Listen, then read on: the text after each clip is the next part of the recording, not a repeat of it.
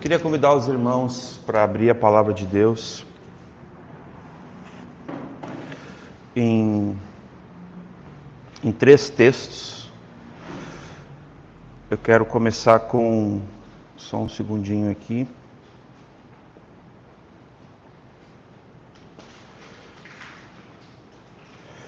Primeira Coríntios 2, versículo 14 a 16.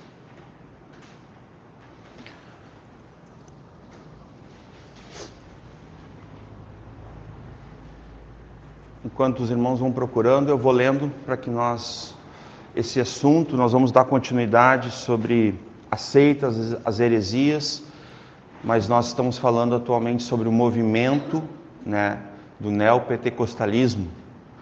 E a gente tem que ter todo o cuidado, o pastor Michael também vai ministrar, porque a gente acredita que vai dar alguns encontros, então não vai ser somente nós vamos estar ministrando, trazendo informações e detectando o que é erro doutrinário, o que é heresia, o que é uma má teologia, porque há diferenças, Então a gente vai seguir, mas sempre encalcados, crivados na Escritura. Então a gente vai sempre abrir com algum tipo de entendimento bíblico, de fato, o que a Escritura diz, para que os irmãos sempre tenham uma consciência bíblica sobre todos os aspectos desse movimento. Amém? Esse texto diz assim, ora, o homem natural não compreende as coisas do Espírito de Deus, porque lhe parecem loucura, e não pode entendê-las, porque elas se discernem espiritualmente. Mas o que é espiritual discerne bem tudo, e ele de ninguém é discernido. Porque quem conheceu a mente do Senhor para que possa instruí-lo? Mas nós temos a mente de Cristo. Esse último verso aqui, irmãos, se trata da Escritura.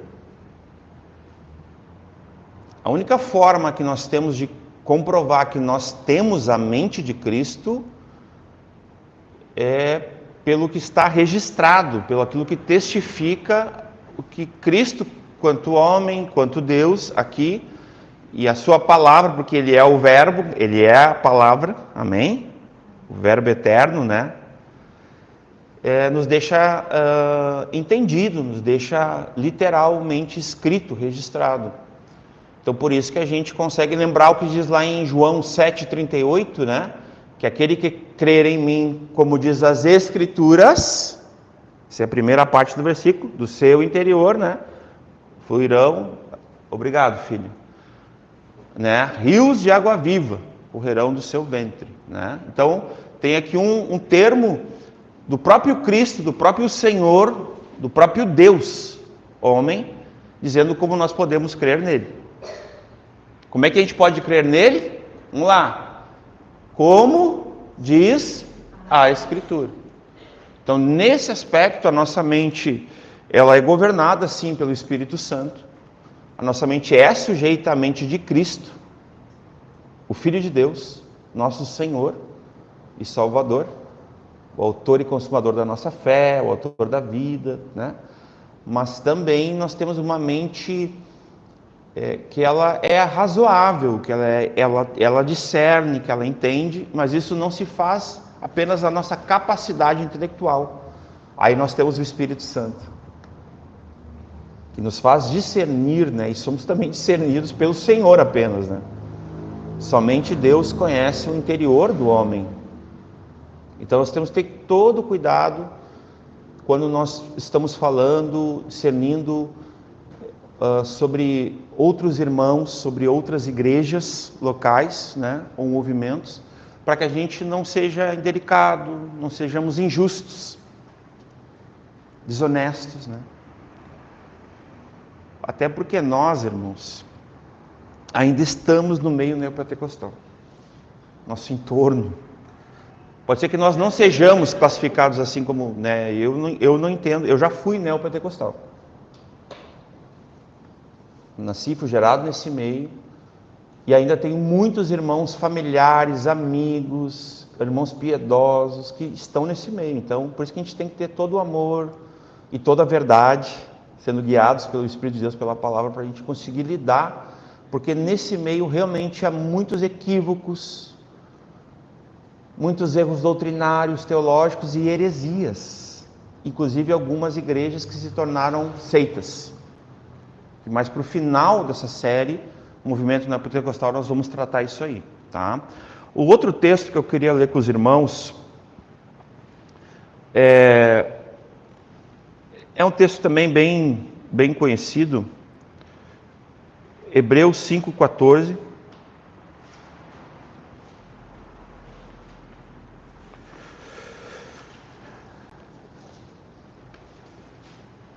Eu quero ler a partir do 5,12. Bota o 12, filha, por favor. Que já é bem familiar, né? De todos nós. Nós vamos ler até o 14. E depois eu vou pedir para o pastor Michael, depois tu pode ler para nós aí a leitura perfeita, plenos pulmões, o texto da ceia, que fala que aqueles que não discernem o corpo, aquele versículo, apenas aquele. Mas vamos lá, ó. Porque devemos já ser mestres pelo tempo. Aqui, irmãos, me permita fazer uma observação, atendendo ao tempo decorrido. Também nos serve como, também é uma tradução, tá? Então, atendendo ao tempo decorrido significa isso também. Então, porque devemos já ser mestres pelo tempo, ou seja, atendendo o tempo decorrido, desde que nós conhecemos a Cristo, recebemos o seu Espírito, a sua palavra, nós já devíamos o quê? Ser mestres. O que é nesse sentido aqui?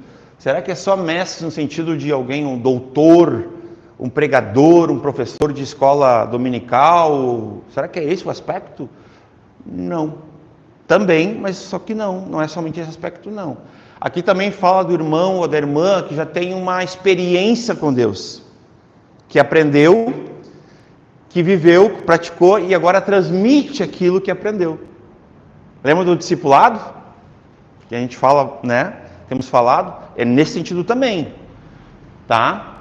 Ainda que necessitais, né, de que vos torne a ensinar quais sejam os primeiros rudimentos das palavras de Deus, e vos haveis feito tais como necessitais de leite, né, como aqueles que precisam de leite, leitinho. Aqui nós temos atualmente a Aninha, já está começando a comer papinha, né, André? Já faz tempo, né? Mas antes era só leite. Só leite. Com a Duda foi assim, com a Sofia, com o Noah vai ser assim, com todo o recém-nascido é assim. Mas depois, e não de sólido alimento, de sólido mantimento. Porque chega uma idade que daí tem que começar a comer arroz, feijão, hein, gaúcho? Imagina o cara não comer um arroz, um feijão, uma proteína, uma carne, né? Na hora do almoço, o cara que lida com, né? O cara dá uma... Como é que é? Eu dizia os... Saco vazio, não para em pé, né? Que serve para nós também em relação à Escritura, irmãos. Mateus 4,4, o Senhor Jesus diz: nem só de pão viverá o homem, mas de toda a palavra que procede da boca de Deus. Então, alimento espiritual, a palavra de Deus, né? Agora, pode... Porque qualquer que ainda se alimenta de leite não está experimentado na palavra da justiça. E eu sempre lembro aqui de um texto de Pedro, talvez eu vá errar ali, deve ser 1 Pedro 2,3 ou 2 Pedro 2,3, mas eu estou só citando, não precisa, que ele, se é que já tem experiência, se já experimentou que Deus é bom, a bondade de Deus. Então Pedro ali está dizendo claramente, se vocês já experimentaram, se é que já experimentaram, em algumas versões diz, né? E também tem uma afirmativa ali, porque ali ele crê que eles já tinham experimentado. Ele vai dizer, deixando, abandonando toda a maldade, toda a maledicência, ele dá uma listinha ali, despojando, né, dessas coisas, vocês vão, né, seguindo, né? Pode continuar ali, porque é menino. Ou seja, não é alguém adulto, não é maduro, né? Não é experimentado, não discerne bem as coisas. não entende bem as coisas. Um dia nós fomos assim, irmãos. E talvez a gente conheça pessoas assim. Sim ou não? Quem aqui não conhece alguém que não entende? Tu fala uma, duas, três, a pessoa não entende. Daí tu tem que ir lá explicar, desenhar. Ainda existem pessoas assim. São pessoas que têm dificuldade de entendimento. São pessoas, às vezes, que na fé tem uma expressão, são débeis. Porque eles não têm progresso, eles não avançam. Parece que eles têm ainda a mente cativa, cauterizada, ainda estão presos em algumas questões e não crescem na Escritura, na experiência de Deus. E a gente tem que estar sempre orando para que Deus dê crescimento à sua igreja, porque é Deus quem dá, maturando a sua igreja, trazendo maturidade, trazendo crescimento também individuais, para que o coletivo seja fortalecido por irmãos maduros, por irmãs maduras, que vão ensinar os mais novos, que vão ser testemunho de fé, que vão ser colunas e alicerces na igreja também. Pode passar. Mas o mantimento é sólido para os perfeitos, aqui para os maduros, para aqueles que estão à semelhança do perfeito. E aqui é sempre bom lembrar humildemente, nós somos imperfeitos. Somos falíveis, né? Mas nós andamos com o perfeito e Ele nos aperfeiçoa. Cristo Jesus, o varão perfeito, que tem a perfeita varonilidade, medida de estatura no seu corpo e em cada um de nós. É um aspecto importante de lembrarmos. Ali, perfeitos, os quais, em razão do costume, têm os sentimentos exercitados, experimentados, alguém experimentado, maturado, alguém forjado muitas vezes para discernir tanto o bem contra o mal. Isso aqui se trata de irmãos que estão espiritualmente bem alimentados, bem nutridos pelo Senhor e também por uma igreja saudável, uma igreja bíblica, que oferece um pasto de qualidade, um pasto verdejante, e não um mato queimado, com veneno ainda, Pode passar. É isso aí. E por último eu quero abrir aqui em Pastor Michael, por favor, o versículo de 1 Coríntios, é o do 11:23, perdão. Os que não discernem o corpo. É só o versículo. Só esse versículo. Depois. Não é 11:23. É o 29. Come e bebe indignamente, come e bebe pela sua própria condenação, não discernindo o corpo do Senhor. Exatamente. Então, irmãos, muitas vezes, se nós não nos examinarmos, é possível que a gente, como Nesses, como débeis, a gente não alcance uma plenitude de fé. E é possível, se nós buscarmos, sermos cheios do Espírito e que habite ricamente em nós, abundantemente, a palavra de Cristo. Tem vários textos, irmãos, que vão nos impulsionar a esse crescimento. Irmãos, podem sentar. Obrigado Por último, eu quero ler agora um outro texto. Romanos 14:8.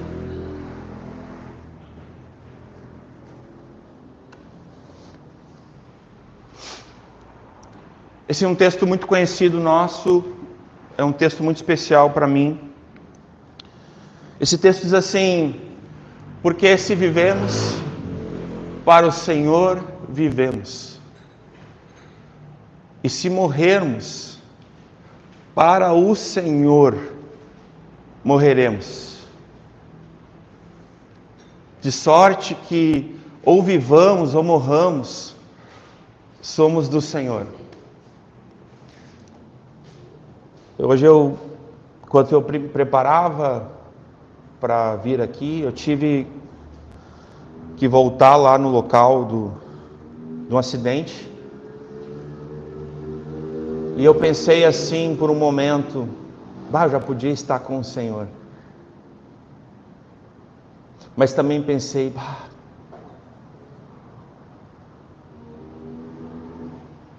pode ser que eu não pudesse estar hoje com minha esposa, com meus filhos, minhas filhas. É um misto, é um misto de situações assim. Porque eu almejo, irmãos, não tem nada que eu almeje mais, irmãos, que encontrar com o Senhor. Eu não vejo o dia de poder ver minha esposa e minhas filhas e meu filho sendo recebidos pelo Senhor Jesus na eternidade. Mas ainda eu estou aqui, lutando, grato ao Senhor, porque sou um improvável, sabendo que a misericórdia e a bondade de Deus me perseguem todos os dias da minha vida, sabendo que tem pessoas que oram por mim, que amam minha casa, mas também sabendo que ninguém se importa, se interessa, ora e me ama mais que o Senhor.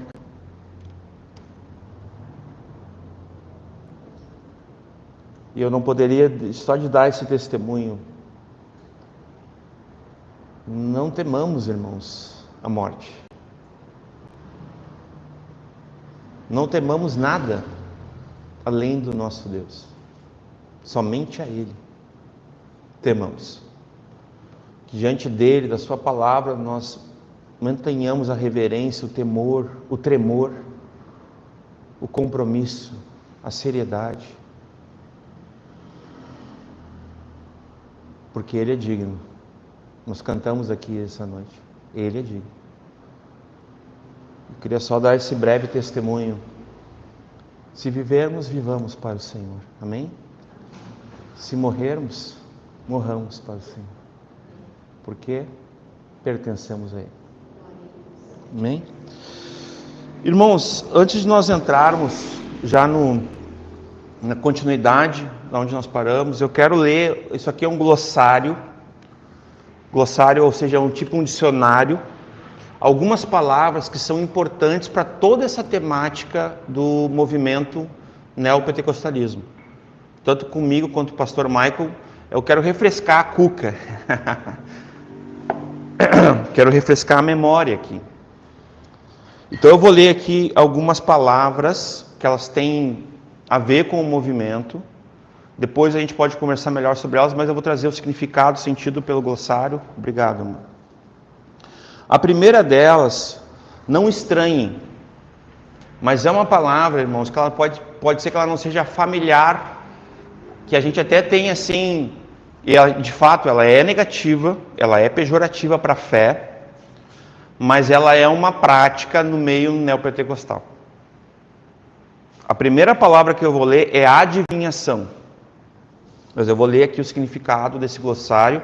Isso aqui é um livro cristão, é um autor conhecido nosso.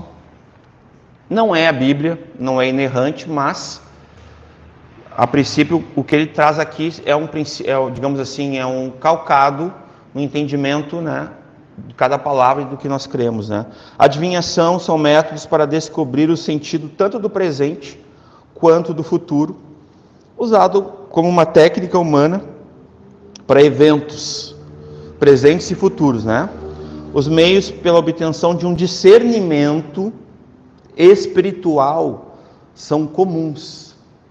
Então aqui nós já começamos a ver, existe ou não isso no meio neopentecostal? Existe. Fato. E usado de púlpito, e usado de profetas mais, e aqui abre uma aspas, profetas entre aspas, tá? Que incluem em revelações através de sonhos e de pressentimentos, ações involuntárias como arrepios e até algumas situações mediúnicas.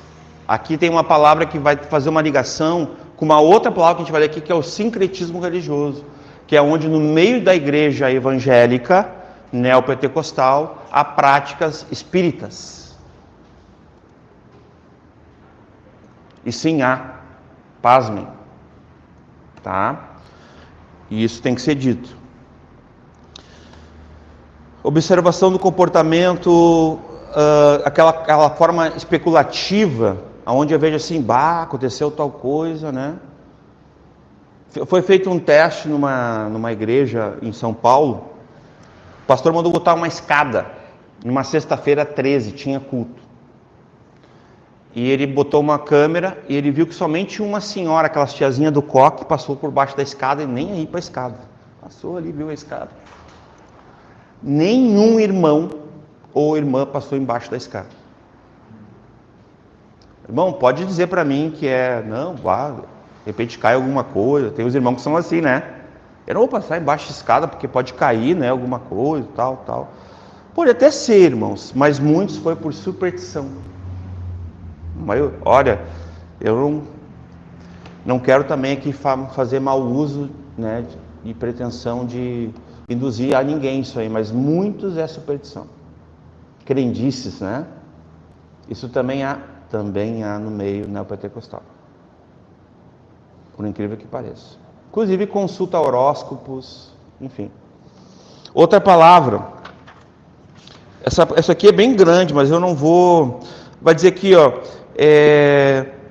lançando sorte com moedas, com dados e tentando adivinhar o motivo de fenômenos naturais. Isso enrola, irmãos.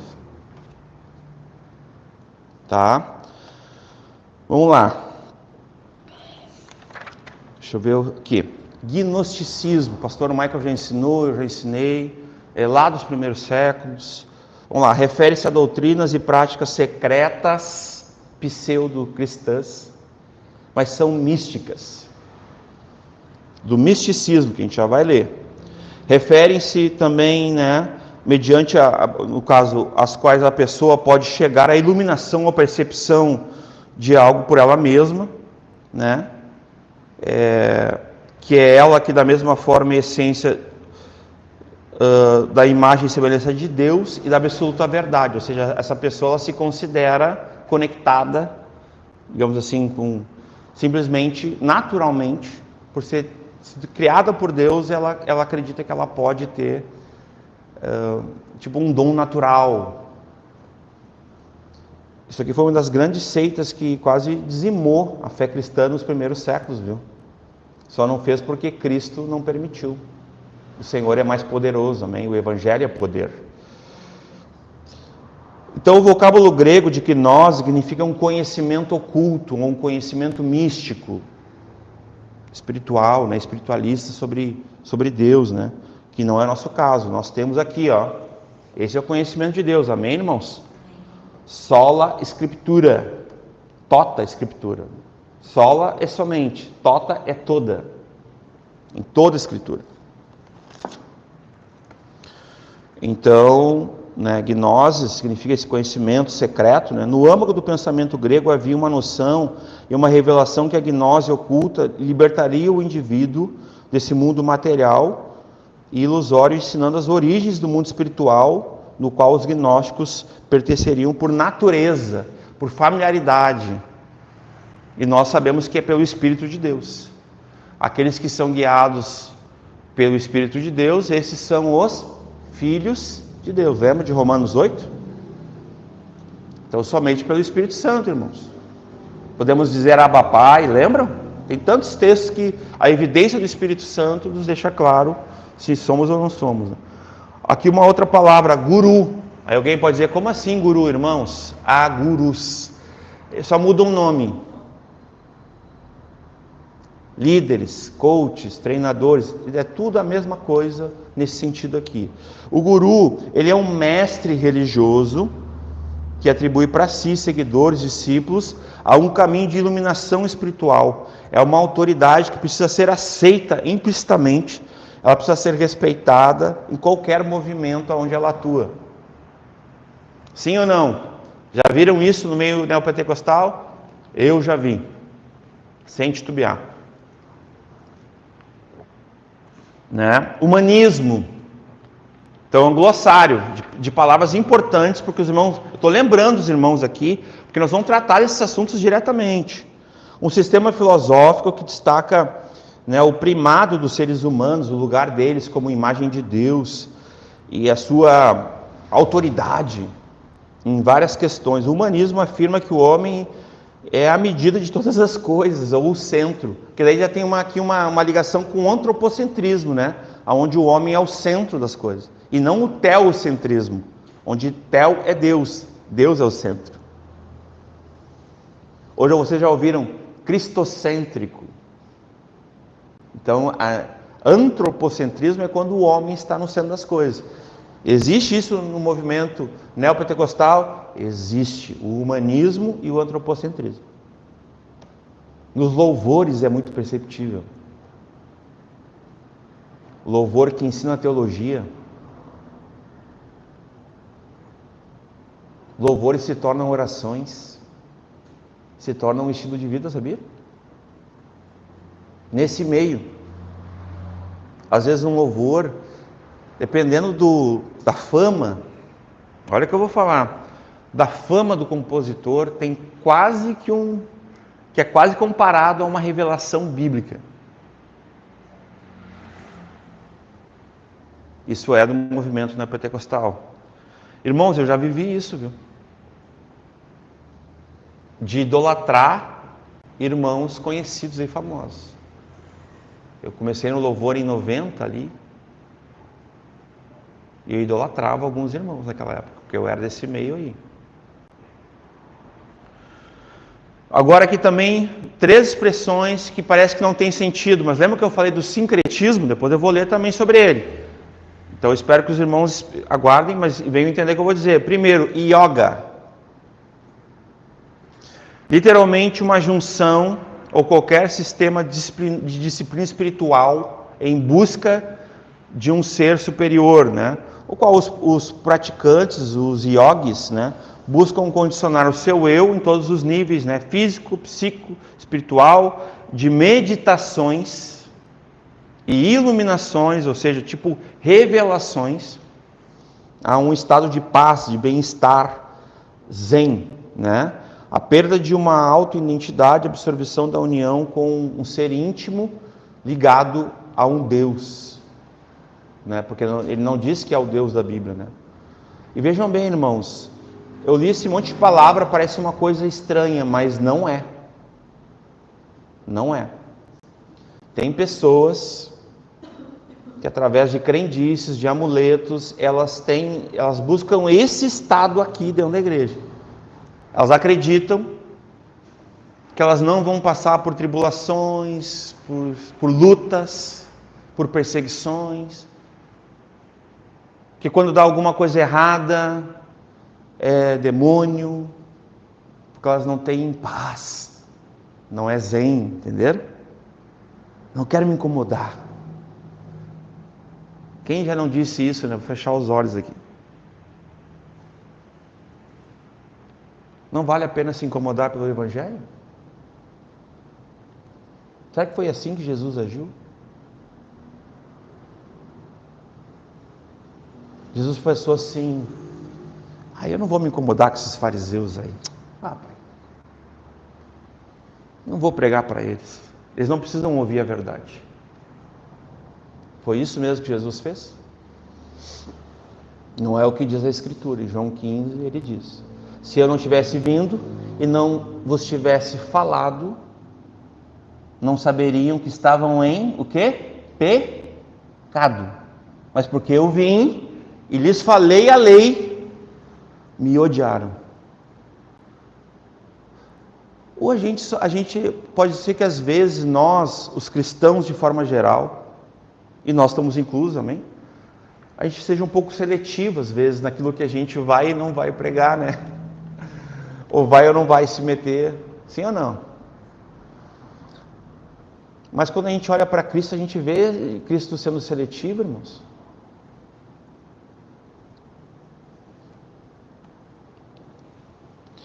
O yogi, ele é o mestre da yoga. Então, na tradição religiosa, naquela questão ali, ele é tipo lá um pastor desse movimento, que ele é um guru, que nem eu li anteriormente.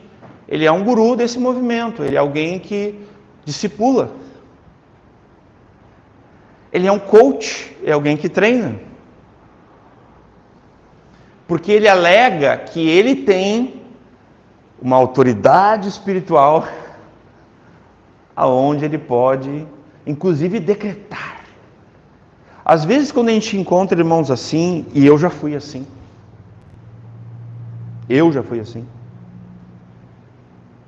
hiper, supra-sumo espiritual, dá para dizer assim, dá vontade de dizer assim para ele, já que tu tem toda essa autoridade aí, decreta para esse cachorro que ele fale então. Eu quero ver se ele vai falar. Já que tu tem unção, poder, então faz o cachorro falar. Diga para o cachorro, me dê bom dia, cachorro. Agora eu decreto, eu determino que tu faça o que eu estou dizendo. Né? Belinha, eu determino que tu dê bom dia para a Ana.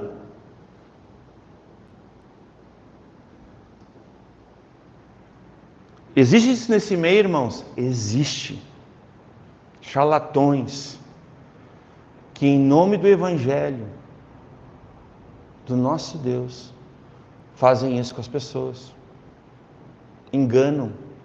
Mestres de si mesmo, né? Que a gente leu na outra reunião. Outra coisa, irmãos, outra palavra que não estranhe, karma.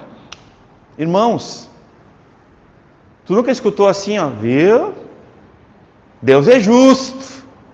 Quem nunca ouviu aqui, o irmão lá, foi lá, Deus se deu mal, aí alguém vai lá, né? Aquele amigo da onça, né? Aquele irmão, diz assim, ó, viu? Embadacole, não é assim? Deus é justo. Isso existe, irmãos. Isso é karma. Nas palavras aqui, por exemplo, olha o que diz aqui.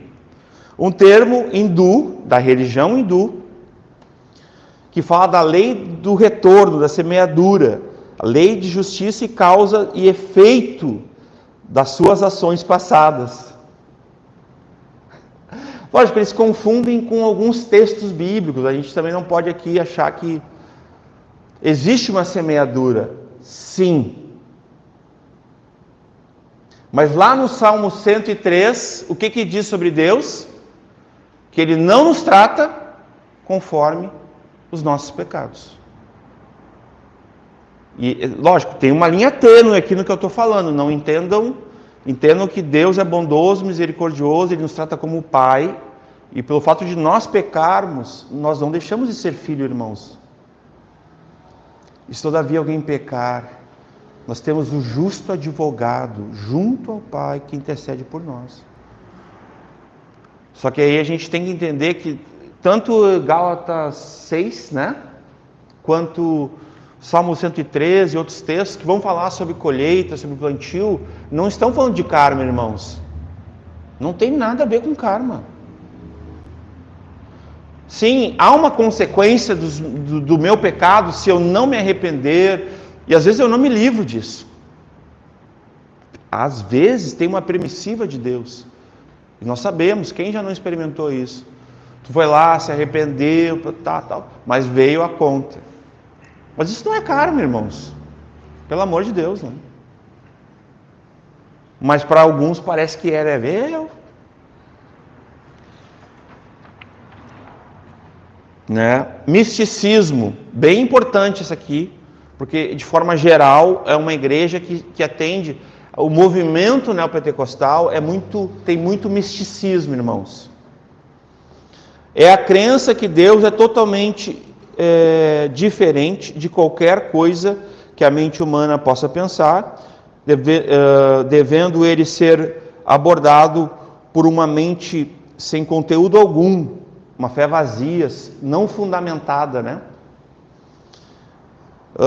A união espiritual ou comunhão direta com a realidade última pode ser obtida mediante uma experiência subjetiva e não pela luz das Escrituras.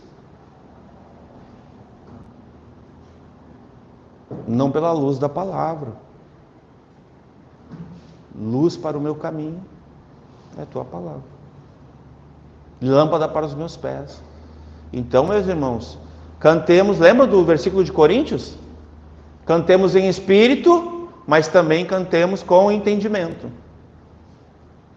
Oremos em espírito, nós vamos ter um retiro de oração, amém? Quem está orando aí? Mas também oremos com entendimento. Então nossa mente não é roubada assim, a gente fica, né? Parece um zumbi assim, né? Isso é misticismo. Nesse aspecto aqui, de uma experiência subjetiva, como uma intuição, né? Há uma relação com algo superior, assim, muito místico nesse sentido, assim. E isso não é uma fé fundamentada na clareza das Escrituras. Isso é uma fé mística. Os revelamentos e tantas outras coisas, irmãos, vêm daqui. Vamos lá. Outra palavra. Neopagão, não é uma palavra tão comum, mas eu achei aqui por bem. O que é um neopagão? É um seguidor de alguma tradição religiosa, ou do cristianismo, ou de outras, né? Judaísmo, mas ele não age de fato como um cristão. Os grupos neopagões, né? Estão intimamente ligados à natureza, às tradições, às filosofias e ao segredo, ao oculto, ao mistério. Quem conhece aqui algum irmão, alguma irmã que gosta de mistérios, né? De revelamento, de coisas ocultas aí? Existe no meio do neopentecostalismo, nesse movimento, irmãos. Neopagões. Sempre estão buscando o sobrenatural, sempre coisas assim, além do além. Que aí já incorrem numa outra, né? Deuteronômio 29, lembram? As coisas reveladas pertencem a nós e aos nossos filhos, às gerações. Mas as coisas encobertas, ocultas, pertencem ao nosso Deus, porque Ele não nos deu a conhecer.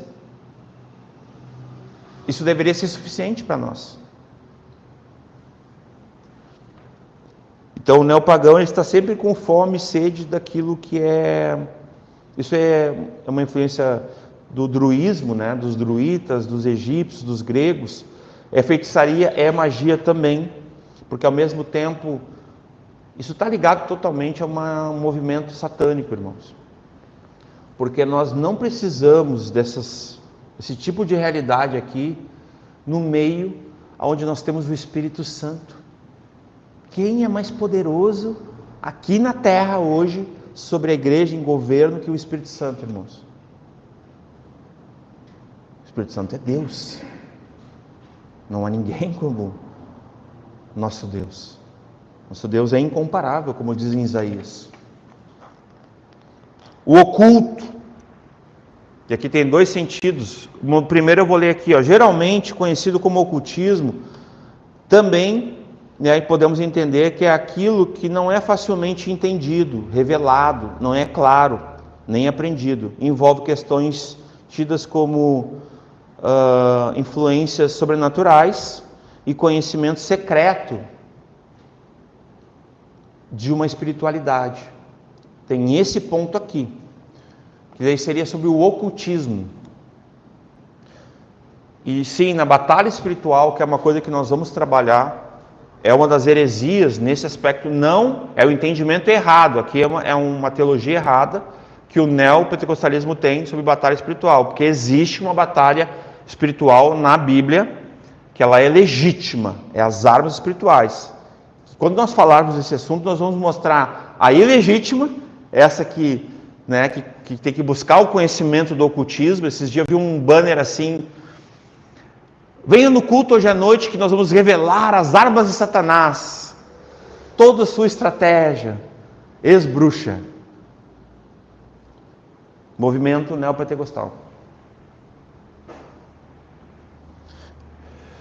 E também existe, irmãos, aquela questão que a gente não pode esquecer da vida oculta, da ocultez, que daí, isso é por minha parte, não está aqui, que algumas pessoas também vivem ocultamente. Pessoas que que sim, vivem em pecado oculto. Da sua família, da igreja. Lembrando que muitas das vezes, se não todas as vezes, quando nós pecamos contra o Senhor. Nós pecamos contra nós mesmos. Nós pecamos contra o outro. Se tu é casado, tu peca contra a tua esposa. Ou contra o teu marido. Se tu é membro de uma igreja, tu peca contra os teus irmãos. São pecados que, na iniquidade, nesse governo, que o pecado exerce sobre as pessoas, o domínio que ele tem, isso tem influência sim. E isso sim é a batalha espiritual bíblica. A falta de... aqueles que não confessam, não abandonam, não reconhecem, não têm um arrependimento bíblico genuíno dos pecados, não confessam, não abandonam, não alcançarão misericórdia. Não andam na luz, porque se andarmos na luz, como Ele está na luz, Cristo, luz do mundo, seremos luzes, manteremos comunhão. E o sangue de Cristo nos purificará de todo pecado. Então, nesse sentido, também não poderia deixar de trazer. Tem esse oculto também, que às vezes está nessa igreja, que falta quebrantamento, que falta confissão, que falta abandono do pecado, que falta santidade, pureza, consagração, jejum, oração, negar-se, tomar a cruz, renunciar. Tudo isso, irmãos, que um discípulo de Cristo vive. Sincretismo, já comentamos algumas vezes. E aqui, irmãos, um alerta. Pensa no movimento sincrético. É o movimento neopentecostal. Há muito sincretismo. O que é o sincretismo? Vamos lá. É uma fusão de diferentes formas de crenças. O que diz na palavra de Deus, irmãos? Eu vou citar aqui de mente, de coração. Uma só fé. Não diz várias fés. Tu tem fé, tu tem outra fé, tu tem outra fé. É isso que diz a Escritura? Não. Um só Deus e Pai de todos, que age por meio de todos. Um só batismo, uma só palavra, um só Espírito, uma só fé. A fé bíblica. A fé que vem de Cristo, por meio de Cristo, que vem de Deus, que é dom de Deus. Então o sincretismo ele começa assim, uma fusão de diferentes fés, crenças, práticas. O sincretismo é a afirmação que todas as religiões, aqui o ecumenismo, ó, dentro, né? Todas as religiões levam a Deus. Tem o seu fim em agradar a Deus. Mentira!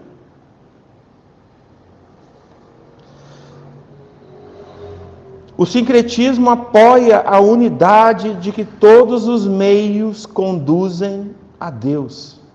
Amém, irmãos? Os irmãos, não, o cafezinho está fazendo efeito. Não amém. Temos um único mediador entre Deus e os homens. Ele disse, eu sou o caminho, a verdade e a vida, e ninguém vem ao Pai, se não for por mim. Cristo Jesus. E aqui, concluindo, seita. O último. Uma organização religiosa fundada por sectários que normalmente vieram de uma divisão com base em seus ensinos de autoridade, é a vista pela qual vão, junto com outras revelações e livros, subverter a perspectiva cristã aos ensinos de um líder idolatrado e diferente da teologia bíblica histórica. Vão trazer um novo, uma nova maneira. Normalmente essa é a prerrogativa. Vão tentar ressignificar. Não, vocês entenderam errado. Não é isso que diz. É isso aqui. Cuidado com o novo. Em vias gerais. Quando alguém diz assim, ó, não, eu tenho, é uma nova igreja, é um novo jeito, irmãos. A palavra neo, ela significa novo. No grego, né? Ou, agora não lembro. Mas neo é no sentido de novo, tá? Quem quiser depois olhar o glossário, tem bastante, é tipo um dicionáriozinho, não é tudo isso aqui, é só o fim aqui, para entender palavras, né? Eu quero também entrar agora com os irmãos no mesmo conteúdo, né? Pode passar, filhinho. Eu fiz questão, irmãos, eu tenho um objetivo, que nós sempre lembremos de como identificar um grupo sectário, uma seita, uma heresia. Então, enquanto eu tiver condições, eu vou sempre mostrar isso aqui para vocês. Como é que a gente identifica? Eu não vou ler tudo, mas pode passar, filha. Eu vou mostrar para vocês aquelas operações, né? Vamos lá, adição. O primeiro caminho, né? Adição, ó. As seitas adicionam algo à palavra de Deus. Então é a Bíblia, estão vendo? Mais livros. Livros sagrados. Os Mormons têm o livro de Mormons, os Adventistas têm uma Bíblia deles, que aqui no Brasil não é muito conhecida, mas tem uma Bíblia Adventista, podem pesquisar em inglês. E eles têm os escritos de Ellen White, né? E os Testemunhos de Jeová têm a Bíblia deles, Bíblia Novo Mundo, ó, Novo Mundo. Lembra que eu falei do Novo? Não é uma regra, tá? Não estou generalizando, mas às vezes quando vê a palavra novo sobre doutrinas centrais da fé, botem um pé para trás. Então vamos lá. Ó. O primeiro caminho a ser seguido por seitas é o da adição. Esse grupo ele adiciona algo à Bíblia. Irmãos, no movimento neopentecostal, ele não está sendo classificado como uma seita. Mas já existem, irmãos, grupos que adicionam a Bíblia mais esse livro aqui. Então aqui, eu atendi um telefonema de uma pessoa de São Paulo, um irmão, até o pastor Michael conhece ele, mas eu não vou abrir aqui. Ele está me dizendo que na igreja onde ele congrega, né, os irmãos lá, tudo é o Atmani. E eu conheço o Atmani. Na verdade, eu tenho todos os livros do Atmani, eu li quase todos, eu não li todos, né? O Atmani está longe de ser um herege. Ele não é um herege, de fato. Mas a teologia do Atmani, ela é delicada. Tem muitos erros teológicos. Não necessariamente heresias, mas erros teológicos. Só que lá na igreja deles, vejam bem, não é o Atmani, amém, irmãos? Prestem atenção no que eu estou falando. Nessa igreja que ele congrega, quando alguém entra lá, a primeira coisa que a pessoa ganha é um livro do Atmani. Lê esse livro, depois a gente conversa. Não é a Bíblia. Aqui nessa igreja é uma CF, é uma Bíblia, glória a Deus. É a palavra de Deus, suficiente palavra de Deus, porque aqui nós cremos no sola escritura. Só que lá nessa igreja, a primeira coisa que ele ganha, leia, depois a gente conversa. E ele estava dizendo que isso incomoda muito ele. É assim que começa, irmãos. Quando é a Bíblia e mais alguma literatura que a gente acaba colocando quase, né, em pé de igualdade com a Escritura. Vocês estão entendendo o que eu estou dizendo? Então isso é comum, já viu isso acontecer na história, tá? Então vamos lá, a Bíblia, e eles não têm a palavra de Deus como fonte primária de autoridade, e única, né, poderia ter colocado, né? Primária e única, porque ela é a única autoridade sobre a igreja, junto com o governo do Espírito Santo. Uma seita geralmente considera que as suas publicações, seus ensinamentos, seus livretos, né? Isso tem cara de seita, né? Possuem autoridade igual ou superior da Bíblia. Muitas vezes eles usam a Bíblia como se fosse um livro de consulta para afirmar, né? E afirmam ser possível entender as Escrituras através da tradição religiosa que eles vivem. Ou seja, a tradição que se torna mais importante que a palavra de Deus, a experiência deles, os escritos deles. Né? A tradição se torna mais importante que a palavra de Deus. Olha só isso, irmãos. Porque não podemos adicionar nada à Bíblia e nem retirar, como diz lá o Apocalipse, né? Porque a Bíblia é o único livro do mundo divinamente inspirado por Deus.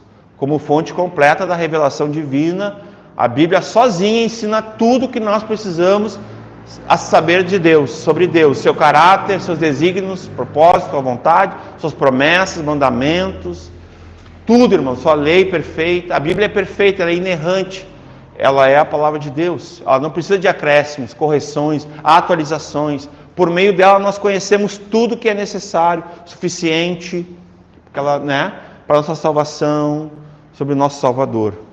Deve ser o padrão moral, a regra de fé e prática, para todo comportamento humano, mas acaba sendo somente dos cristãos.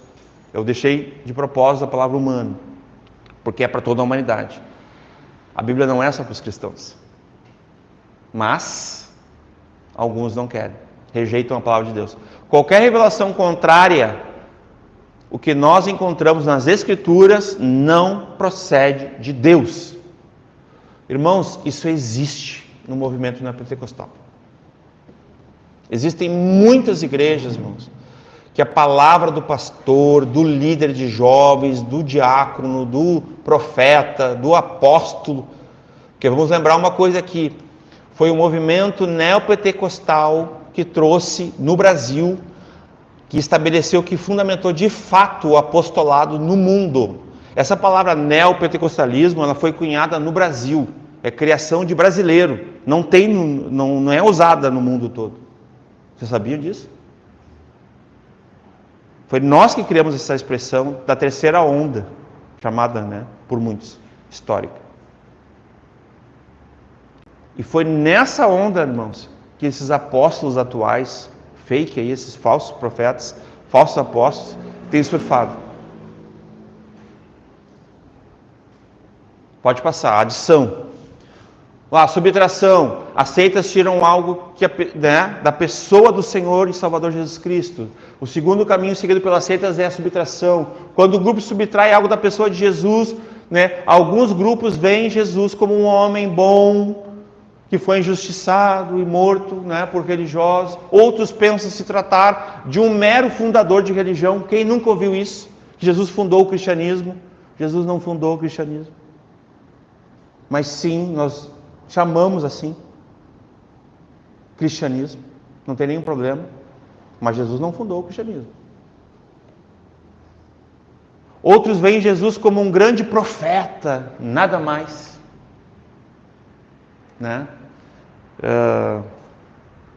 islamismo, poderíamos citar aqui, Enquanto outros defendem que Jesus era um espírito evoluído, a nova era. O pastor Michael trouxe algumas seitas, Nós temos que mostrar hoje, depois, o nosso canal. Eu esqueci da última vez. Eu queria mostrar para os irmãos verem e para as pessoas que estão assistindo, saber que tem um conteúdo lá,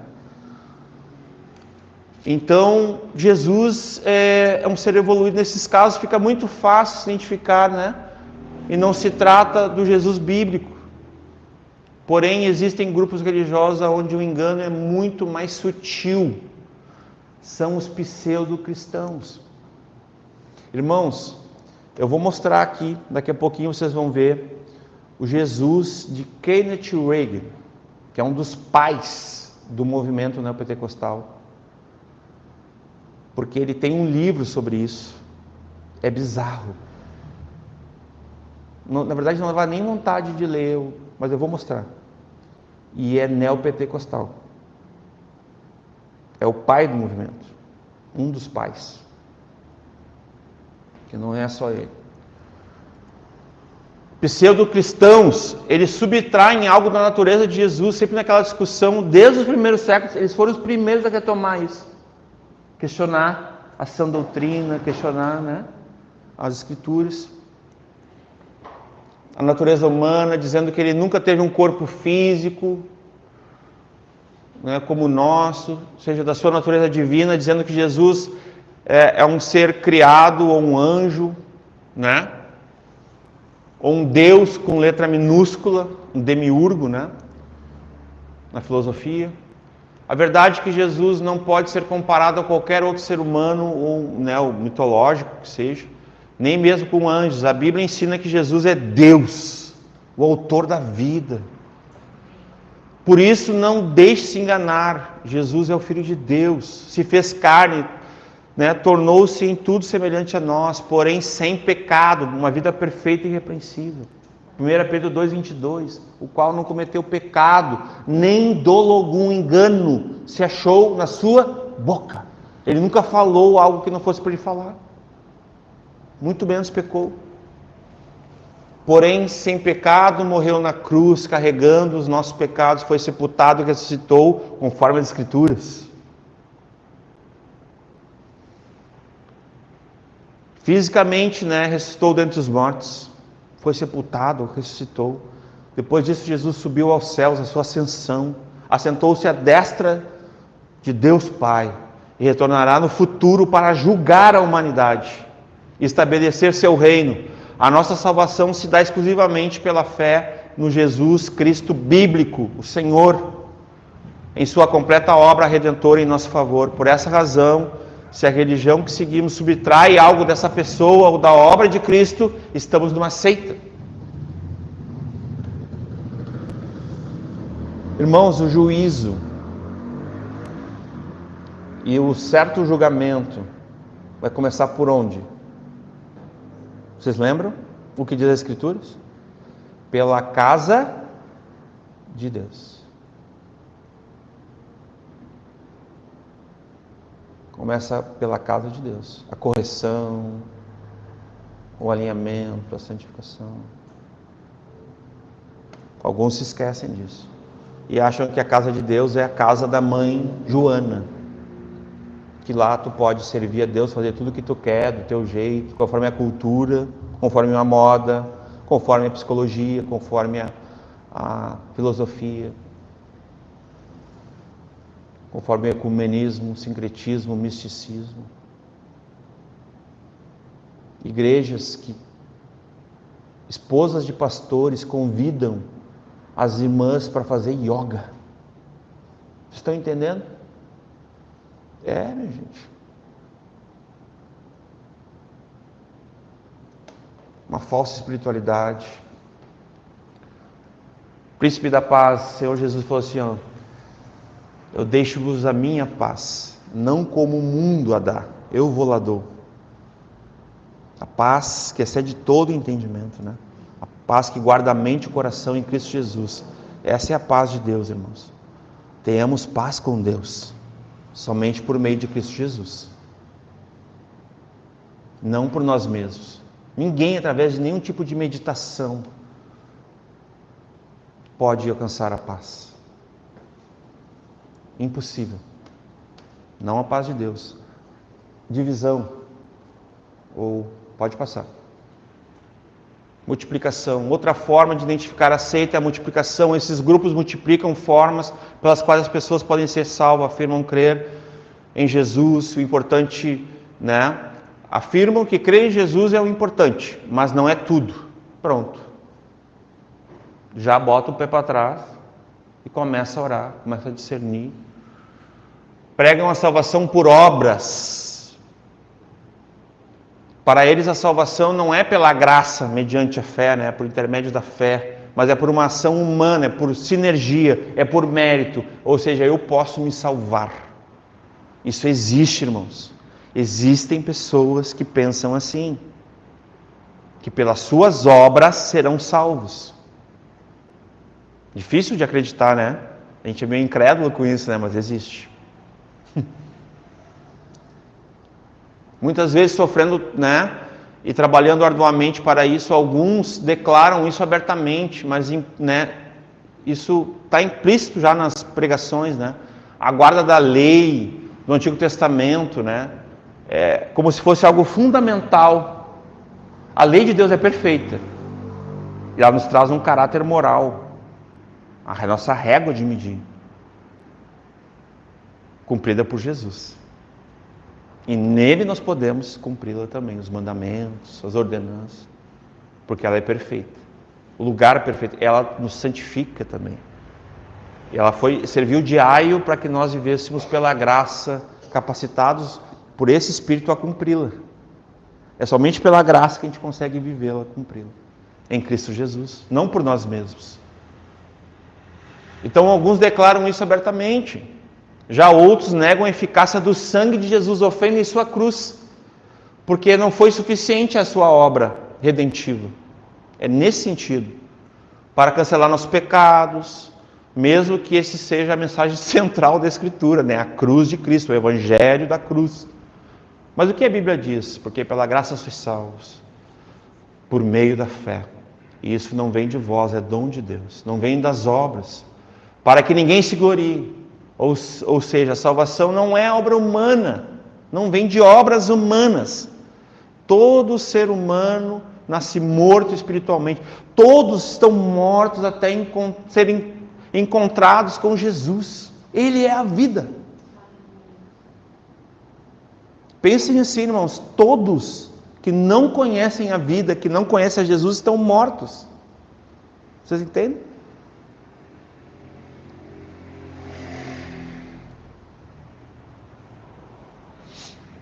Né? A eficácia do sangue, ou seja, não é por obra humana. Todo ser nasce morto espiritualmente, é escravo do pecado, podendo ser resgatado única e exclusivamente pela graça de Deus. Essa é a graça, irmãos. Apesar dos nossos deméritos, da nossa incapacidade, o Senhor nos salva, nos perdoa, nos redime com seu sangue, nos compra com seu sangue, não com dinheiros, não com ouro, com prata, com seu sangue, morrendo no nosso lugar. Morte substitutiva, vicária, por amor, mas por obediência a Deus. Resgatados única e exclusivamente pela graça de Deus. Essa é a única causa eficaz da salvação. O Salvador e salvação, Jesus, o Senhor. Já as boas obras devem ser praticadas como consequência da salvação, e não ao contrário. Última questão, a divisão. Por último, é impossível identificar uma seita pela divisão. É possível identificar uma seita pela divisão. O grupo divide o mérito da salvação entre Jesus e sua organização, né? E o pastor, né? Nesse caso, desobedecer a organização ou a igreja, ou desobedecer a Deus, é a mesma coisa. Desobedecer ao pastor é como desobedecer ao próprio Deus. Estão dividindo a glória de Deus. Foi cantado hoje aqui. Foi cantado hoje, nós nem conversamos sobre isso, não é? Ele não divide sua glória com ninguém, sua autoridade, sua honra. Desobedecer a organização ou a igreja é equivalente a desobedecer a Deus, ó. Eles pregam que não existe salvação fora do seu sistema religioso. Lembram do exclusivismo? Uma igreja exclusiva, né? Só aqui vocês... né?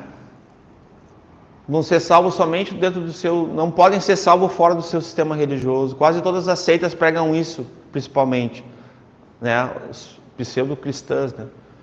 Pois se apresentam como restauração do cristianismo, né? Eles estão trazendo um novo cristianismo, o verdadeiro cristianismo, um verdadeiro evangelho, segundo elas, né? Porque a igreja atual se afastou, essa igreja que sempre foi, ela se afastou, essa igreja histórica, tradicional, se afastou dos ensinos de Cristo. Isso é mentira. Eles pregam, né, um novo. Um determinado momento da história, o seu líder recebeu uma revelação divina. A verdadeira exclusividade, né? Ou seja, Deus falou com ele, né? Ou seja, Deus não falou com Paulo, com Pedro, com João, mas falou com o líder deles, né? Gálatas 1:8. Foi pedido para restaurar o verdadeiro cristianismo. Essa revelação que o líder recebeu é para quê, irmãos? É para restaurar o verdadeiro cristianismo que foi perdido ao longo dos anos, das décadas. Dá uma ênfase, né? E isso é antibíblico, irmãos. A Bíblia ensina que o homem não é salvo quando decide por uma determinada religião, mas quando é convencido pelo Espírito Santo, regenerado, quando ele nasce de novo. Porque ele reconhece que é pecador, ele tem fé, reconhece e ele se arrepende.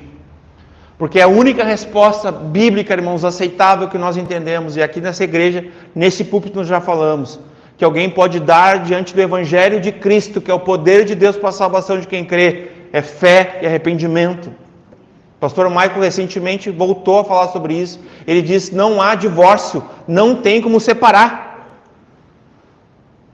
Nós não podemos separar a fé e o arrependimento, irmãos, não tem como. É a única resposta aceitável diante das Escrituras, como evidência do novo nascimento. Para o novo nascimento, da mesma forma. Enquanto a igreja, irmãos, que não é mais solicitado, não é mais ensinado, não é mais pregado sobre o arrependimento de pecados, você sabia? Existe, irmãos. Irmãos, são igrejas de irmãos piedosos, de irmãos amados. Não são igrejas assim ruins, não. Igrejas que tu vai lá e tu te alegra com eles, mas eles não estão vendo diante deles o falso ensinamento. Sabia? Quem já teve uma experiência aqui de tu estar num lugar assim que tu te sentiu bem, tu viu esses irmãos amam a Deus, são piedosos, são queridos, tudo, mas aí tu vai ver lá, na primeira do pregador, pá! Já aconteceu muito isso comigo, irmãos. O engano. E ninguém, é como se não tivesse ninguém avisando eles. Mas daí a Aline, né, minha esposa, aprendeu a sofrer, né? Daí vai o maninho lá, né? Quantos pastores eu sentei para conversar, irmão? Por que tu está falando isso no púlpito? Da onde tu tirou isso aí? Ah, não, Deus me falou. Me mostra onde ele falou. Não, ele falou comigo. Então é contigo, não é com a igreja. Ou tu acha que tu é autorizado a dizer o que tu pensa, o que tu acha, o que... A não ser abrir a Escritura e expor a Escritura. Isso tu está autorizado. Mas... E existe, irmãos, né? Então ele quer trazer uma exclusividade, algo que foi perdido, né? Ele vai entrar com muitas questões, mas quando nós somos conduzidos pelo Espírito Santo, reconhecemos que somos pecadores, cremos em Jesus, arrependemos dos pecados, né? A gente entrega a nossa vida a Ele. O ladrão arrependido da cruz, irmãos, né? Por exemplo, não precisou ser um membro de uma religião para ser salvo. Por isso, ensinar uma organização religiosa para salvá-lo não é uma coisa bíblica. Mas a pregação do Evangelho, sim. Porque o Evangelho de Cristo é o poder para a salvação de quem crê. Esse é o sentido. Mas agora tu ensinar a visão da igreja, a convenção da igreja, a confissão de fé da igreja, isso salva alguém, irmãos?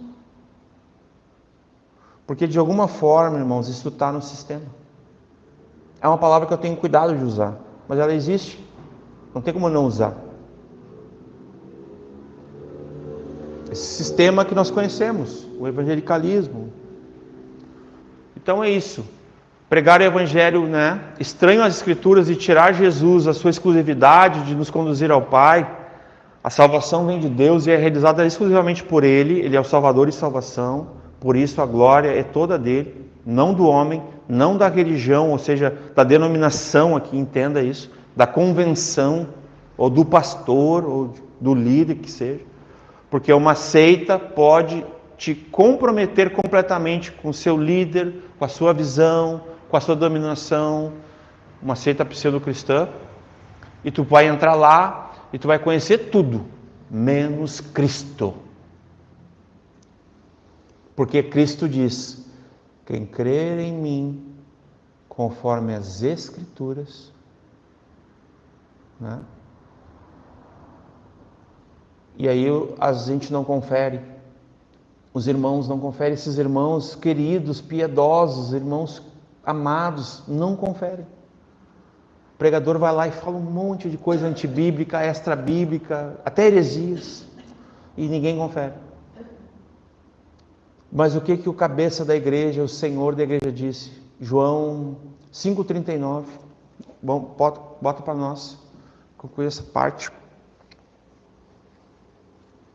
João 5,39 diz assim: examinai as Escrituras. Por quê? Porque vós cuidais ter nelas a vida eterna. E são elas que de mim testificam.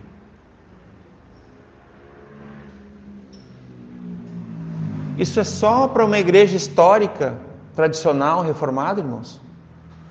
Ou uma igreja pentecostal clássica, que a gente viu que é uma igreja que mantém uma ortodoxia? A igreja pentecostal, a gente deu o exemplo da Assembleia de Deus.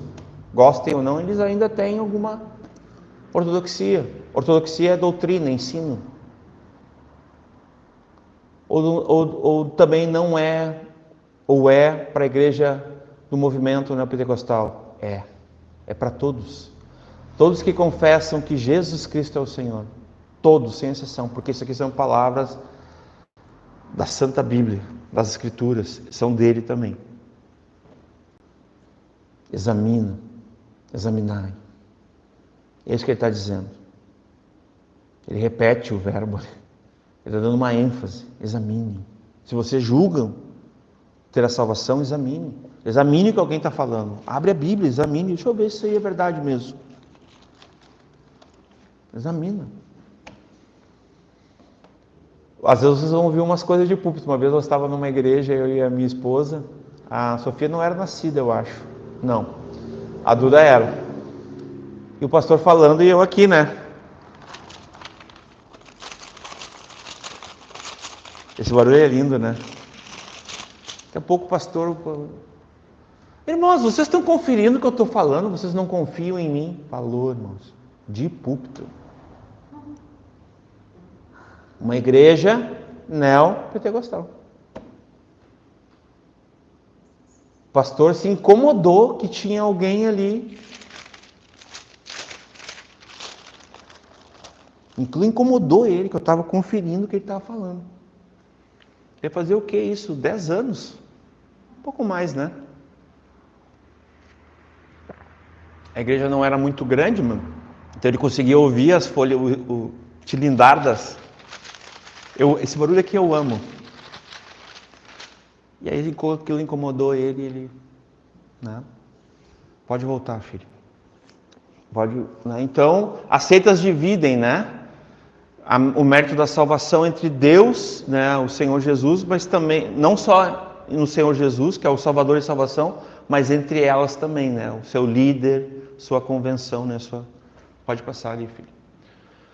Irmão, isso aqui é bem importante para também estabelecer muita coisa. O que é heresia, tá? Aqui eu vou falar algumas coisas, olha lá. Há uma grande diferença entre um erro teológico e uma heresia. Isso aqui é bem importante. Para ajudar todos nós, a gente está alinhados. O pastor Michael pode também voltar a falar nesse assunto uma hora, porque é importante saber distinguir o que é uma heresia e o que é um erro teológico. Às vezes não é tão fácil, a gente vai ensinando, vai inculcando, né? Um erro teológico, todos cometem. Algumas fases a gente comete, inconscientemente. Todos os seus erros e acertos, né? Aliás, todos têm seus erros e acertos. Mas agora a heresia é qualquer coisa que invalide ou que desmereça as máximas. Aquela palavra cardeais ali não é minha, é do material que eu peguei, um material bem... Mas as máximas absolutas da verdade, né? Da nossa fé, da nossa carreira cristã. Um exemplo. Há pessoas que afirmam que a Bíblia não é a palavra de Deus. Quem já ouviu isso? Não, a Bíblia não é a palavra de Deus, ela contém. Quem já ouviu, irmãos? Isso é importante. Estou perguntando porque é importante. As pessoas falam isso. Elas afirmam assim, a Bíblia não é a palavra de Deus, ela contém. Então elas estão querendo dizer alguma coisa por trás disso. O que significa isso, irmãos? A Bíblia não é a palavra de Deus. A Bíblia não é inspirada por Deus. Que tem partes que são válidas e outras partes que não são válidas. Isto é o que, irmãos? Uma heresia. Por quê? Porque a Bíblia é a palavra, a Bíblia é divinamente inspirada por Deus. 2 Timóteo 3,16. Vamos ler o versículo para ficar bem claro isso. Quando alguém te falar assim, a Bíblia não é a palavra de Deus e ela contém, tu já tem a resposta. O pastor Michael já ensinou, eu sei, mas vamos lembrar. Toda a Escritura vamos junto. Toda a Escritura é divinamente inspirada e proveitosa para ensinar, para repreender, para corrigir, para instruir em justiça. Pode. Esse é o outro, né? Então, irmãos, a Bíblia é a divina e inspirada palavra de Deus. Ela não contém. Isso é heresia. Mas nesse aspecto tem duas coisas. Tem o erro teológico, o erro doutrinário, porque daí a pessoa está errando na doutrina sobre a Bíblia, sobre a preservação, sobre a inspiração, sobre a autoridade da Bíblia. Mas a pessoa também está cometendo uma heresia. Porque ela não pode ir contra a Escritura. Pode voltar, filha, por favor. Obrigado. Vamos lá, então. Toda a Escritura é divinamente inspirada por Deus e proveitosa, segundo Paulo escreveu a Timóteo, na sua segunda carta. Se não tivermos uma base para a fé, porque a fé vem pelo ouvir e ouvir a palavra de Deus. Então a base é a Escritura, irmãos. É a palavra de Deus. Que é as Escrituras, então podemos afirmar que qualquer coisa sobre a salvação, podemos afirmar qualquer coisa sobre a salvação, que a salvação eterna não é a prioridade,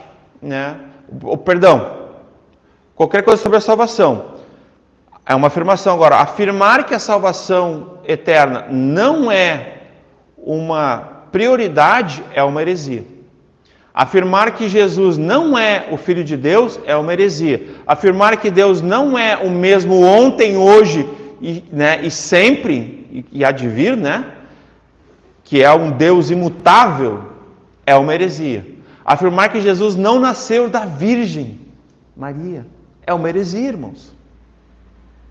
Qualquer coisa que atente contra as máximas absolutas da verdade bíblica, irmãos, da nossa fé, e que coloca em xeque ou dúvida o processo de salvação eterna que Cristo assegurou, para nós vindo para este mundo, sendo um de nós, morrendo na cruz, no Calvário, ressuscitando ao terceiro dia. Qualquer coisa que atente contra essa mensagem absolutamente, irmãos, de novo a palavra, crucial para a nossa vida eterna, é uma heresia. Infelizmente estamos cercados de hereges quando a gente escuta essas coisas. Alguns deles muito inteligentes, muito bem articulados, mas nós temos que nos apegar à verdade para percebermos, para recebermos, e permanecermos firmes na fé. A verdade aqui é a palavra de Deus. É o que ela diz, é os termos da Escritura. Então, irmãos, o erro teológico às vezes é um entendimento errado, é uma doutrina errada, que vai incorrer numa doutrina errada. Eu sempre digo assim, o entendimento errado leva a uma aplicação da fé errada, e essa aplicação da fé errada leva a consequências desastrosas, que às vezes pode dar até numa heresia, num descaminho. Então é gradativo, é progressivo essa questão. Entendeu? Pode passar. Neopentecostais, tá? Essa parte aqui eu já falei, no último encontro. Pode passando ali, filha. Pode passar também esse. Não, volta ali só um pouquinho. Passa aí. O movimento pentecostal, irmãos, no Brasil, ele é dividido em 3 ondas. Eu achei esse material, ele é bem antigo, eu gostei muito dele, de um irmão da Assembleia de Deus, bem sério.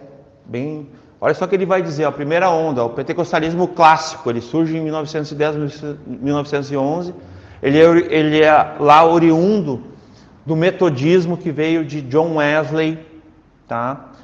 Vai ter também uma influência, alguns dizem, que os pentecostais eles vão ter uma relação com Jacob e Armínio, mas isso é uma outra história, a gente não vai entrar nesses pormenores. Mas um homem chamado Charles Farpan, eu já falei dele, ele era um metodista, ele era um professor, ele deu aula para um outro irmão chamado William Seymour. Contei essa história também, que ele era impedido de estar na mesma sala de aula que os demais, porque ele tinha a cor da pele diferente. E ali começa um início, antes de chegar em 1910. tá?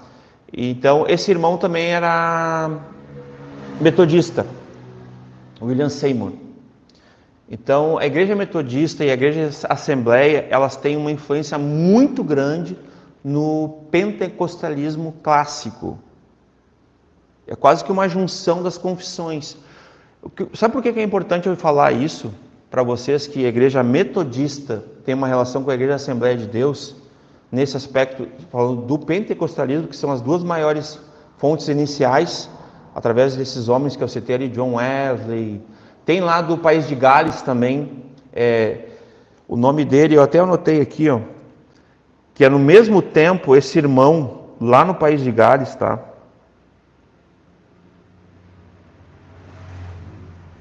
Charles Farpin, eu já falei. Evan Roberts, que é o famoso avivamento do país de Gales. É bem pertinho ali, os anos muito semelhantes. Vale até a pena conferir, né? Depois olhem Evan Roberts, mas olhem o avivamento do país de Gales. É lindo, irmãos. Deus mudou aquela nação, através da oração e da pregação da palavra. É um avivamento histórico. Só que quando eu estou dizendo aqui do metodismo, estou falando assim de John Wesley, desses homens, irmãos, eu estou mostrando para vocês que o pentecostalismo clássico, os pentecostais, eles estão ligados à história da igreja. Eles não são um movimento separatista. Eles estão na linha da história da igreja, irmãos. Isso é muito importante falar aqui. Eles não estão desligados do que aconteceu na história da igreja. Então, por isso que foi importante trazer para os irmãos também essas referências como John Wesley, né, Farpin, William Seymour, na pessoa da metodista, né, perdão, na instituição Igreja Metodistas, que é uma igreja protestante que vem da época da Reforma. Vocês estão entendendo? E agora o movimento pentecostal, que também vem dessa junção. Então não está desligado da tradição, da história, da igreja histórica tradicional. Mas é óbvio que a gente não pode também dizer que é uma igreja simplesmente tradicional, não é esse o ponto. As igrejas tradicionais históricas são os luteranos, metodistas, presbiterianos e batistas. E anglicanos. Né? Mas os pentecostais estão ligados a essa tradição. Não é uma coisa assim, na Rua Azusa alguém lá falou em línguas. É um entendimento muito, muito raso do que é o pentecostalismo clássico. E é importante entender um pouquinho dessa história aí, porque isso não diminui quem nós somos, né? Aqui eu estou indo já para o fim. Então, o pentecostalismo clássico surge em 1910, 1911, com ênfase na doutrina da salvação e no batismo no Espírito Santo, tendo como principais representantes a Assembleia de Deus, né, e a Congregação Cristã do Brasil, que depois virou uma seita. Nós vamos falar dela mais à frente. A Congregação Cristã do Brasil. Tá?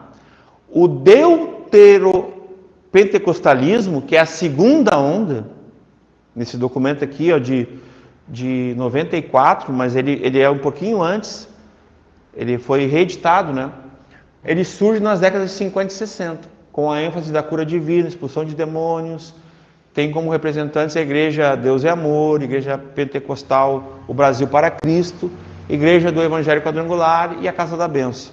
E aí sim a terceira onda que nós estamos tratando, o neopentecostalismo, que daí, livre de muita coisa que até então se fazia, desde o culto, a maneira de cultuar, a ortodoxia, a liturgia, os neopentecostais, eles querem fazer uma coisa totalmente nova, totalmente diferente.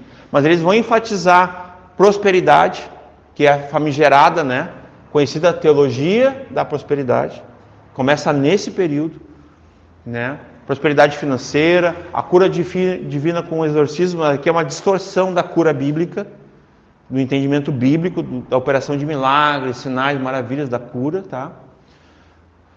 Representados, né, pela Igreja Universal do Reino de Deus, que é uma seita, a Igreja Internacional da Graça de Deus e a Igreja Renascer em Cristo e a Igreja da Nossa Terra também são representantes primários desse movimento.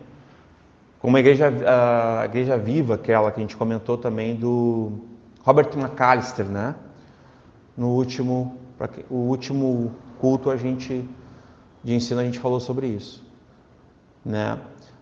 Na próxima reunião, irmãos, eu vou tratar, só passa ali, filho, sobre a teologia dos pentecostais, porque é importante mostrar para os irmãos a ortodoxia, a firmeza histórica. Não é só isso aqui, mas depois o pastor Michael até a gente vai olhar como ainda para outra quinta-feira, mas eu quero mostrar para vocês a importância de ter firmeza nas doutrinas centrais da Bíblia. Isso a gente não pode discordar. Um irmão do século XVII falou, um teólogo, né?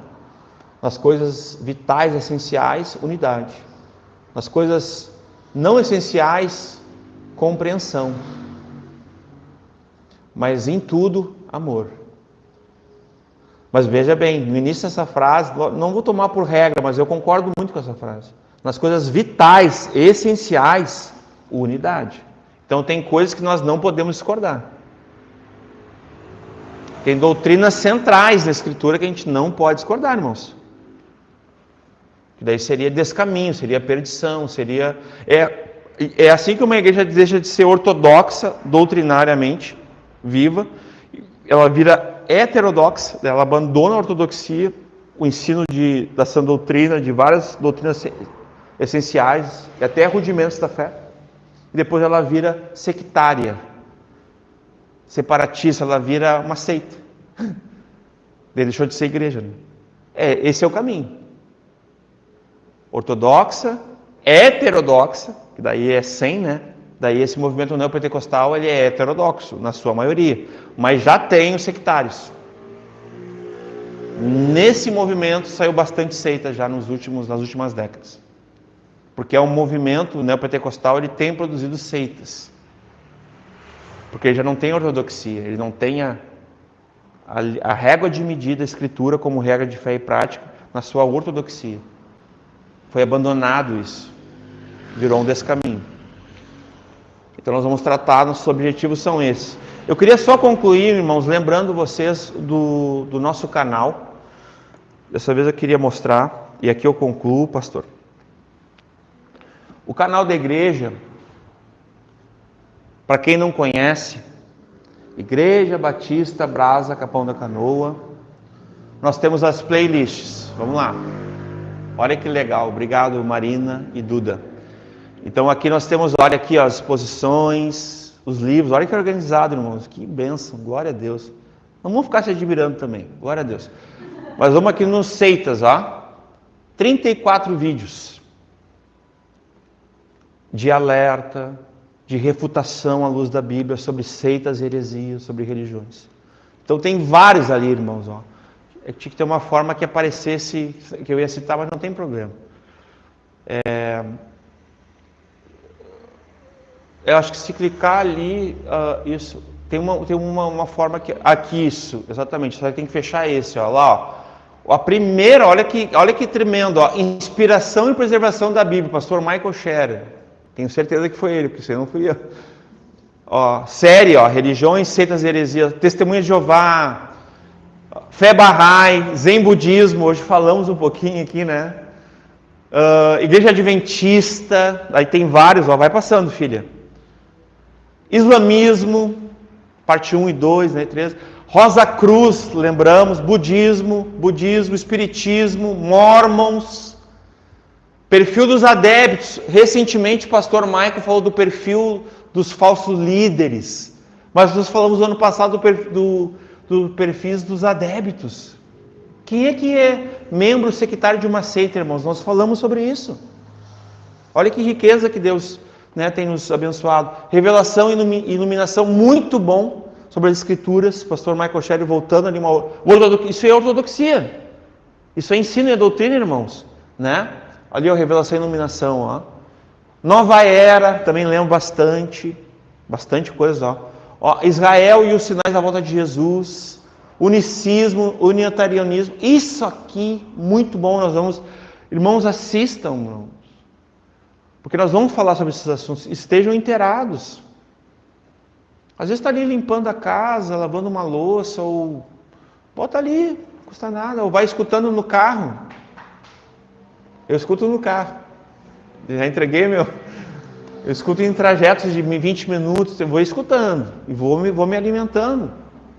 Judaísmo, muito bom, porque o movimento neopentecostal é judaizante. E vou fazer um alerta aqui. Irmãos, o judaísmo não é, digamos assim, a primeira onda do cristianismo. Isso é mentira. O judaísmo é uma seita bíblica que foi combatida por Jesus, pelos apóstolos. Não é cristianismo, irmãos. Cristianismo é cristianismo. Então, eu faço uma pergunta para vocês, então. Se judaísmo é uma seita, por que tem igrejas se judaizando? Vocês entendem a confusão, irmãos? Começa com um erro doutrinário, com erro teológico. Porque não entende que judaísmo não é cristianismo. E nunca foi. Alguém é judeu aqui? Se alguém é judeu, eu não sou judeu, nós não somos judeus, somos brasileiros. Então a gente não precisa de kippá, menorá, shofar, arca, estrela de Davi. A gente precisa disso, irmãos. Então tem uma judaização da igreja neopentecostal, do movimento neopentecostal. Tem muitas igrejas com a bandeira de Israel, com o candelabro, né? Enfim.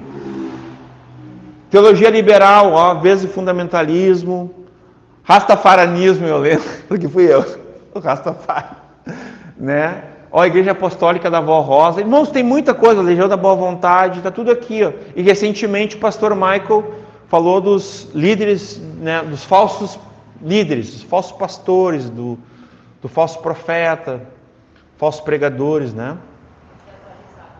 Oi?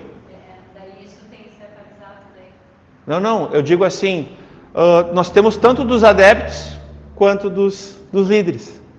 Então Deus tem nos guiado, tem nos dado graça, irmãos, glória a Deus. Então eu queria lembrar aqui desse canal. Eu vou aproveitar bem rapidinho, CACP. Posso indicar, pastor? CACP, a gente bebe lá um pouco.